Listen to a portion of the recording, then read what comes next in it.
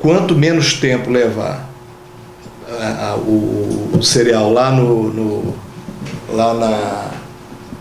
armazém do porto, quer dizer, esse vai ter mais, a gente pode dizer que vai ter mais competitividade. Com certeza, com certeza. Inclusive, há uma precificação disso daí, que é o prêmio que existe nos portos, né? Em função da eficiência do porto. Um porto muito trancado, com problemas logísticos, realmente ele tem um custo maior que é precificado mesmo. É precificado isso daí e conta com as trades, as comerciais exportadoras levam isso em consideração na hora de mandar o seu navio, na hora de despachar o produto. Normalmente, esses terminais de grão, o peso da mão de obra portuária é bem menor, né, do que no terminal de container, por exemplo. Mas tem custos que são administrados, podem ser considerados aí como mão de obra também, que são relevantes, que é a operação portuária mesmo, né? Então, qualquer iniciativa que venha a dar mais transparência para esse custo, onde está sendo gasto esse custo operacional mesmo, que eu pago para o porto, para a administração, ou pelos operadores portuários, qualquer coisa que traga essa transparência é interessante para o segmento. Então, a nova medida provisória, quer dizer, na medida em que permita fazer um terminal de uso privado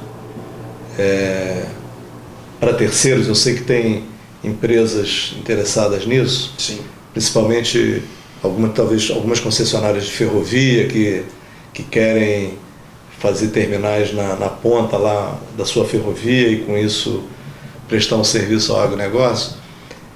Você acha que na legislação anterior isso não estava muito atrativo e no teu entender a forma como está agora vai permitir a construção de mais terminais? Não, com certeza ele dá ele abre um caminho novo que nós, embarcadores, nós estamos muito atenados com isso. Agora, há algumas coisas dentro da medida provisória que mereceriam um certo aperfeiçoamento, porque traz alguma insegurança para o investimento privado também. A questão de você conseguir um terminal portuário, mas não ter a garantia de que você vai poder explorá-lo. Você realmente que investiu e construiu o porto.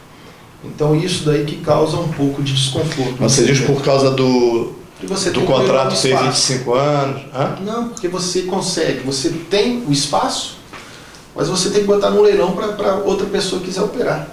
Então, você tem ou não tem? Mas você está entendendo que um outro operador pode entrar no teu espaço? Claro, pelo como está a medida provisória, sim.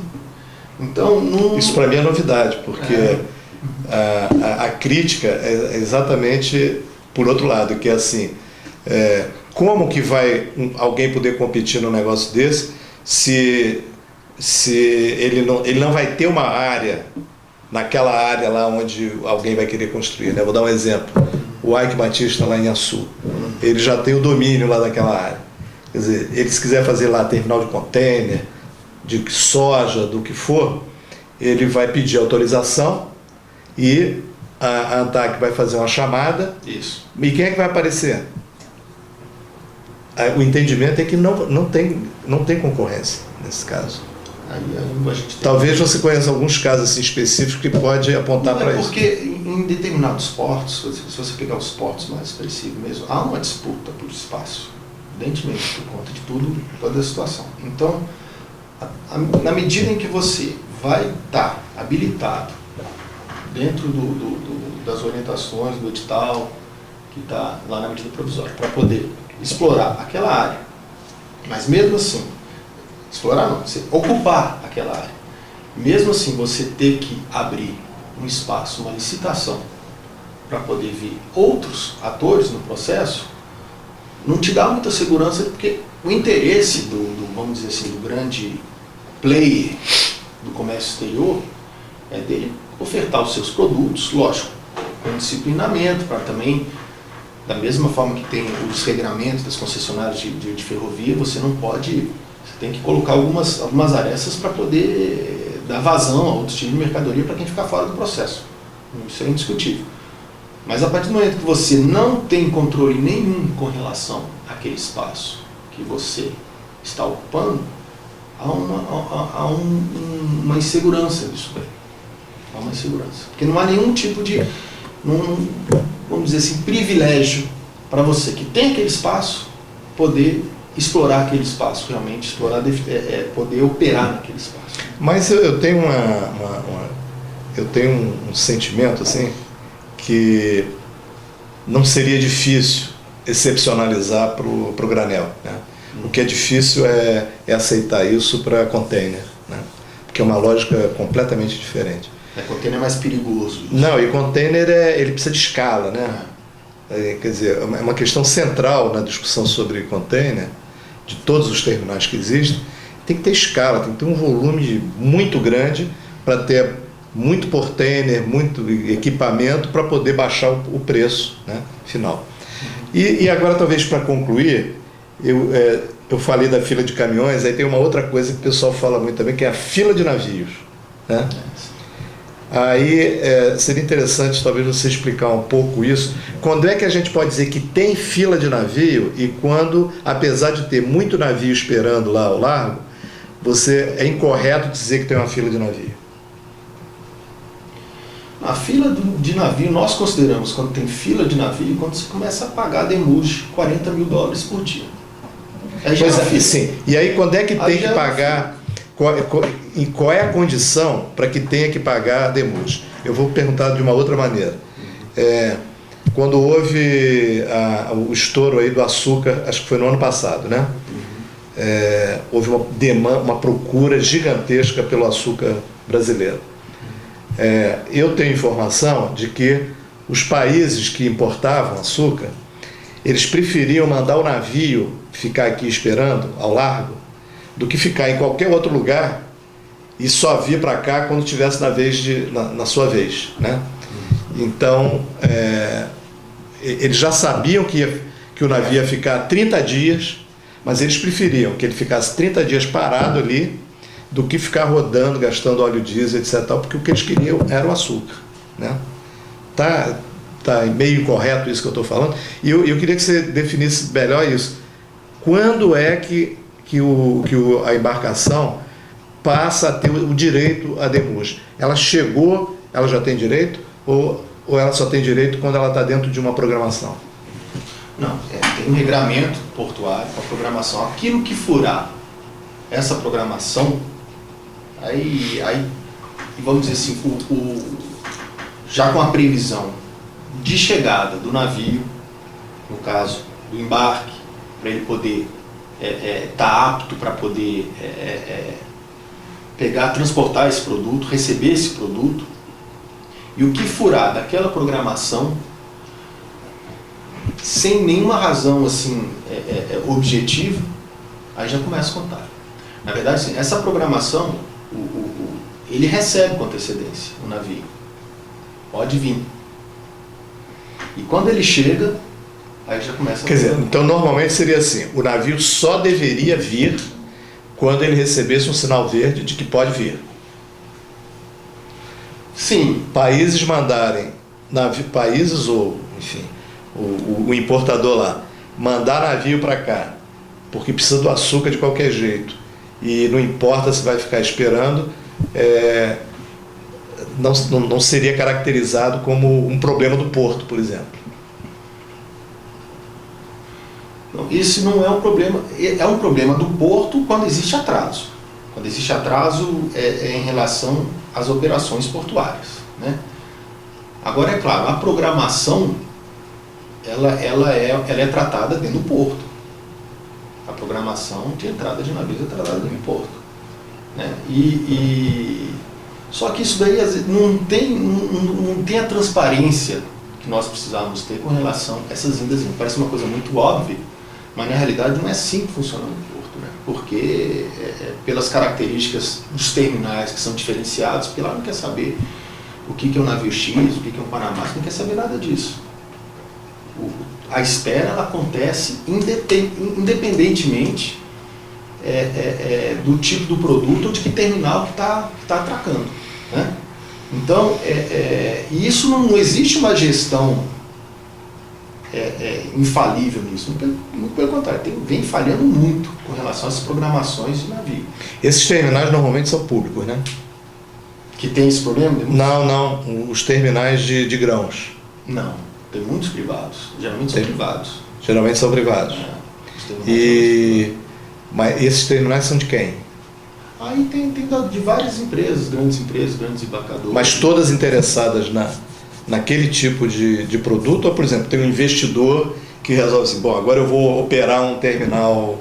Geralmente o terminal ele pertence a uma determinada empresa, grande, exportadora. Geralmente tem essa característica. São raros, me foge agora, assim, terminais para explorar a atividade em si. Vamos dizer assim, a atividade em si. Geralmente eles são terminais. Porque no caso do container a gente tem isso, né? A gente tem cada vez mais, inclusive, fundos de investimento entrando nos consórcios para ganhar licitação, para operar, enfim, o cara não tem nada a ver. Também container são milhares de produtos, né? Não é uma coisa característica assim. O terminal de grãos, ele não é um terminal a ser explorado. Ele é uma atividade acessória ao processo de exportação de uma exportadora. Geralmente é isso. Lógico, tem os operadores portuários que trabalham em terminais, que tem terminal ou não, que são duas características diferentes. Esse não, esse explora a atividade, os desembaraços e tudo mais, que é uma outra questão. Agora, os terminais privativos, não. Esses terminais privativos, ele é uma atividade acessória para poder atender a demanda externa e atender a produção mesmo da comercial exportadora. E alguns na navegação interior podem ser do operador fluvial, né? Como, por exemplo, o Bertolini lá no Madeira, né? Ele vai até Santarém, acho que agora também já está pegando Miritituba, além de fazer Manaus, Belém, enfim, essa coisa toda. Então, nesse caso, ele tem interesse. Eu cheguei a visitar lá com ele um novo terminal que ele estava fazendo em como é que era o nome do lugar? Bom, era perto de Porto Velho, às margens do Madeira também. E com essa finalidade, né, de poderem chegar ali os produtos, normalmente neo-granel, porque a soja propriamente dita, ela chega lá, tem um terminal que é específico para a soja, né? O caminhão chega, tomba, aí é feito lá um processo todo de qualidade, o pessoal mede temperatura, umidade, essas coisas, e depois aquilo é despejado dentro das barcaças e é despachado, né?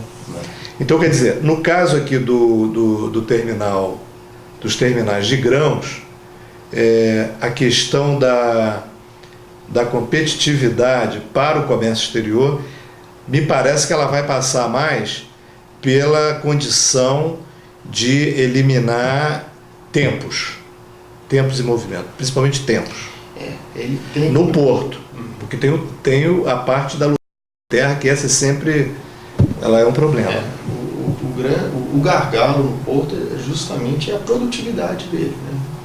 Quantas toneladas semana ele vai dar conta de despachar? E ele tem que ter capacidade de fazer isso no momento de pico também. Exatamente. O momento de pico, como eu falei no início, ele é concentrado. Mas durante o ano nós temos... Já tem alguns momentos de pico. E a questão, uma coisa que saiu numa matéria, acho que do Valor, não sei se foi hoje ou ontem, que diz o seguinte, que a armazenagem no terminal, ela tem um limite, mas que mesmo que se queira atender aquele limite, talvez o produto ainda não esteja disponível, né, ainda não foi totalmente colhido ou qualquer coisa. Isso também é algo que pode acontecer, né? Na verdade, existe uma série de tratos comerciais que acontece quando você envia o produto no porto. Porque quando você fecha um contrato de exportação, você tem que fechar lotes para atender determinados contratos. Só que às vezes esse produto não está disponível naquele momento, do produtor que você colheu, você quer mandar aquele produto para exportação. Você, para fechar um lote, você não tem aquele determinado produto para poder fechar aquele lote. Então existe uma série de ações dentro do porto para você completar lotes com outros produtos de outras pessoas. É um comércio paralelo, não digo que isso é paralelo, mas... Para otimizar. Para otimizar, para não ficar esperando o produto chegar para você completar o lote. Isso daí há um, vamos dizer assim, um trato bem transparente e bem comum nesse processo aí. Porque você fechar um lote, entrar 70 mil toneladas, você mandar para encher um navio, aí está faltando 5 mil toneladas. Não, espera aí que ele está ali, descendo ali por... Não. Aí pega o produto disponível e fecha. Você diria que a logística de terra é talvez a que tem o maior peso nessa história toda aí? De terra, você fala rodoviário? Ou ferroviário, a logística até chegar ao porto. Não tem dúvida. Armazenamento, né? Também se está contando com armazenamento? É, porque o armazenamento, ele pode ser uma... Ele tem lá um custo, mas ele pode ser uma coisa boa para o embarcador, né? Porque tem uma coisa aqui que a gente nem entrou muito, que é assim, tem o mercado futuro, não é? Tem coisa que você vende para daqui a 2 anos, é isso? É. E aí, nem sempre é um bom negócio você ficar num fluxo constante de envio, às vezes é melhor você segurar e ver como é que está o preço. O mercado futuro do agronegócio, ele não trabalha muito com físico, tem físico, claro, mas não trabalha muito com físico, né? Então, ele é um indicativo, um indicador onde você utiliza as ferramentas do mercado financeiro para poder travar algum negócio que você tem com relação ao comercial exportador.